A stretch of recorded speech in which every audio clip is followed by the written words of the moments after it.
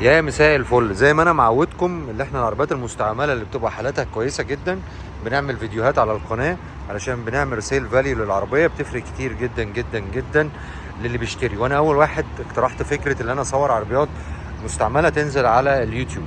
العربيه اللي معانا دي النهارده 508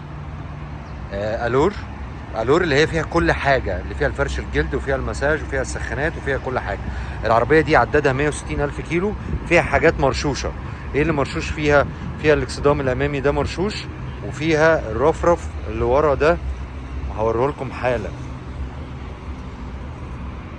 الرفرف اللي ورا ده مرشوش، يبقى عندي الرفرف ده مرشوش جوه التوكيل، والاكسدام الامامي مرشوش ومرشوش في التوكيل، انما باقي العربيه كلها فابريكا. والعربيه دي مطلوب فيها 755 الف جنيه.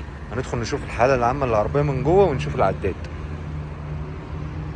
755 ده حاله الكراسي اهي زي ما انتم شايفين. دي الور، دي اللي بتنزل فيها الفرش الجلد اللي هو كان اسمه الكلاوديا، وطبعا كراسي كهرباء. الفئه دي نادره جدا جدا جدا جدا. وادي عداد العربيه اهو زي ما احنا شايفين، 162 الف كيلو. وادي الحاله العامه للعربيه اهو.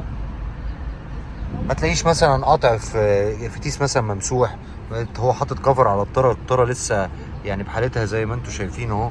فرش البيبان حاضر، انا جاي لك حال. فرش البيبان بحالته زي ما احنا شايفين اهو، تمام. نبص عليها برضو من جوه اهو. كل العربيه بحالتها ما شاء الله يعني.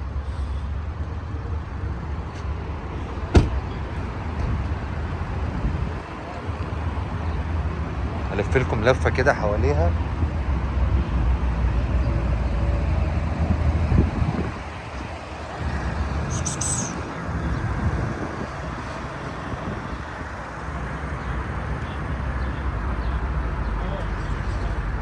اللي كان بيسأل على الموديل يا جماعه، العربيه 2020 عداد 162 الف كيلو برضو، عشان تشوفوا كل حاجه بالفابريكا كلها بالكامل ما عدا الاكسدام الامامي والرفرف اللي ورا يمين.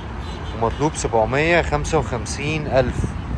كل الصيانات في التوكيل مع وجود كل الفواتير.